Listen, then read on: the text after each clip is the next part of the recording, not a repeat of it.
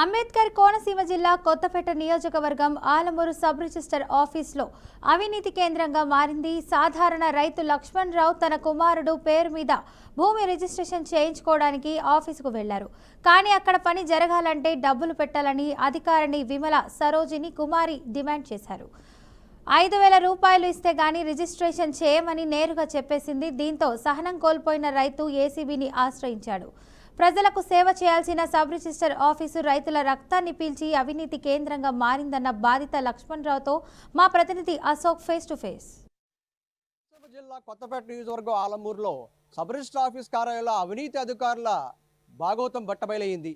ప్రస్తుతం ఇక్కడ సన్నకారు రైతులు ఎంతో మంది పేద రైతులు కూడా ఈ యొక్క సబ్ రిజిస్టర్ ఆఫీసులో ఎన్నో విధాలుగా కూడా ఈ యొక్క సబ్ రిజిస్టర్ ఆఫీసులో చేసిన రిజిస్ట్రేషన్లో అవినీతి అధికారులు చేతివాటం అయితే మాత్రం ఈ యొక్క బట్టబయలడం కూడా చాలా వరకు కూడా ఈ యొక్క రైతులకు ఆ యొక్క ఆనందం అయితే వ్యక్తం చేస్తున్నారు. అయితే ఏదైతే ఉందో ఈ యొక్క కోనసీమ జిల్లా కొత్తపేట నియోజకవర్గం ఆలమూరు సబ్ రిజిస్టర్ ఆఫీసుల్లో పూర్తిగా కూడా ఎప్పటి నుండో కూడా ఈ యొక్క దందా అనేది జరుగుతుంది. చిన్న స్థాయి నుండి ప్రైవేట్ లాకర్ల ద్వారా పూర్తిగా కూడా ఇక్కడ ఈ యొక్క సబ్ రిజిస్టర్ అయితే ఎవరైతే ఉన్నారో కోన సరోజిని ఎవరైతే ఉన్నారో ఈమె పూర్తిగా ఈ యొక్క రైతుల దగ్గర కానివ్వండి ప్రతి రిజిస్ట్రేషన్ కూడా ఎంతెంత ఇచ్చుకుంటుందో ముడుపులు అనేది కూడా బయటపడం చేయవచ్చు. ఇదే కోణంలో చూసుకుంటే చెముళ్ళంకి చెందిన ముమ్ముడి లక్ష్మణ్ రావు అనే ఒక రైతు తన కుమారుడికి గిఫ్ట్ భూమి కింద ఎకరం 30 సెంట్లు భూమిని ఇవ్వడానికి తన రిజిస్టర్ ఆఫీస్కి వచ్చి సబ్ రిజిస్టర్ చేయాలని చెప్పేసి అతను చెప్పడం జరిగింది. అయితే ఈ రిజిస్టర్ ఆఫీస్ చేయడానికి ఆమె పూర్తిగా కూడా ఆ యొక్క రైతు నుండి 50,000 రూపాయలు లంచం ఇవ్వాలని చెప్పేసి చేస్తేనే మీ యొక్క భూమిని అయితే నేను రిజిస్ట్రేషన్ చేస్తానని చెప్పేసి ఆమె చెప్పడంతో ఈ యొక్క రైతు అయితే పాపం పేద కుటుంబం నుంచి వచ్చిన రైతు కష్టాలుగా కూడా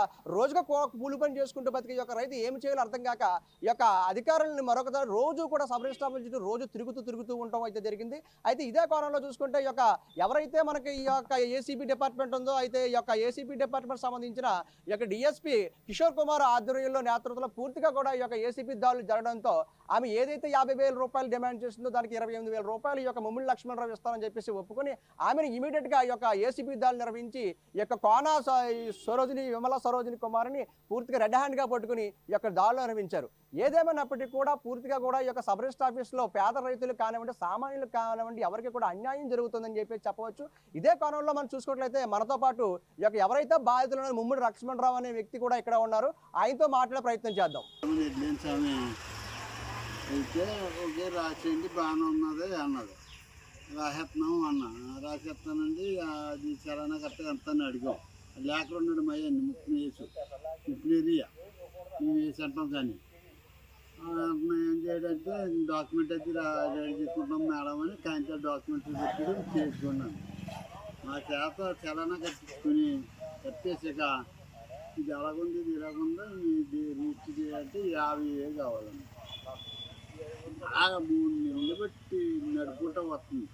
ఈ చలానా కూడా పోద్దేమో అని భయం పట్టుకుంది. 59,000 ఈ భయం పట్టుకుని ఎలాగ చేసి అంటే కంగారు పడకుండా చేస్తానంటుంది 50,000 అడుగుతుంది. 30,000 కడక లాక్కొచ్చాడు వేసిద్దండి.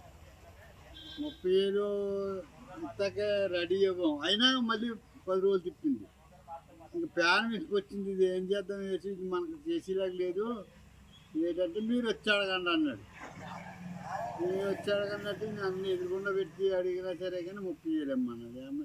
ఈ లోగానే ఆ గ్రౌండ్లో ఆవిడ గురించి తిరుగుతున్నారు కావచ్చు ఆ సిబిఐ వాళ్ళు. అందులో ఒక అతను మామూలుగా వచ్చి అడిగాడు నన్ను ఏంటి మీ ప్రాబ్లం ఎలా తిరుగుతున్నా ఇలా జరిగింది ఇది పొజిషన్ అని చెప్పాను.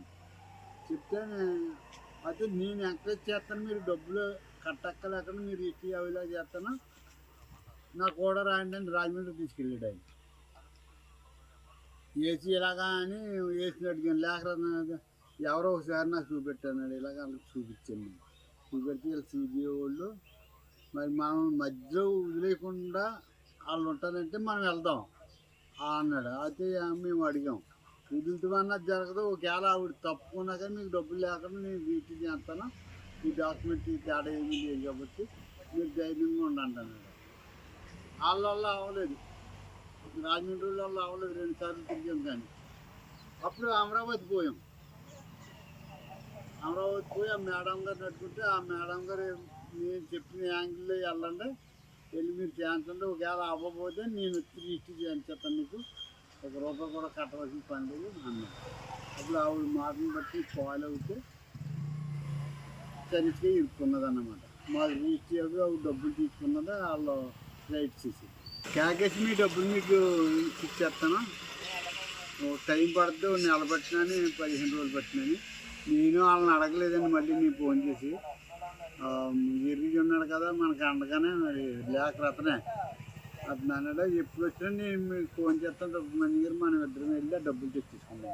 ఈ యొక్క కోనసీమ జిల్లా సబ్ రిజిస్టర్ ఆఫీసులో, ఆలమూరు సబ్ రిజిస్టర్ ఆఫీసులో ఈ యొక్క అవినీతి అధికారులకి బలైన ఈ యొక్క రైతు ఆవేదన మనం ఇప్పుడు దాకా వినడం జరిగింది. ఏదైతే తన కుమారుడు భూమిని సబ్ రిజిస్టర్ ఆఫీసులో రిజిస్టర్ చేసుకోవడానికి ఇతను పూర్తిగా కూడా లంచాల ద్వారా ఈ యొక్క రైతుని ఇబ్బంది పెట్టారని చెప్పేసి, అలాగే పోలీసు అధికారుల సహకారంతో ఈమెను రెడ్ హ్యాండ్గా పట్టుకోవడం జరిగిందని చెప్పేసి జరగడం జరిగింది. అయితే ఏదేమైనా సరే రైతులు కూడా కథం తొక్కి ముందుకు వస్తున్నారు. ప్రతి కోణంలో కూడా ఈ యొక్క సబ్ రిజిస్టర్ ఆఫీసులో జరిగే ఈ యొక్క అవినీతి కోణంలో అధికారులను వలపట్ట పన్నడానికి బీఆర్కే న్యూస్ ద్వారా ప్రతి ఒక్క రైతుకు కూడా అండగా ఉంటుందని చెప్పేసి బీఆర్కే న్యూస్ కూడా తెలియజేసుకుంటుంది. కెమెరామెన్ విజయ్తో బీఆర్కే న్యూస్, అశోక్ కుమార్, తూర్పుగోదావరి జిల్లా.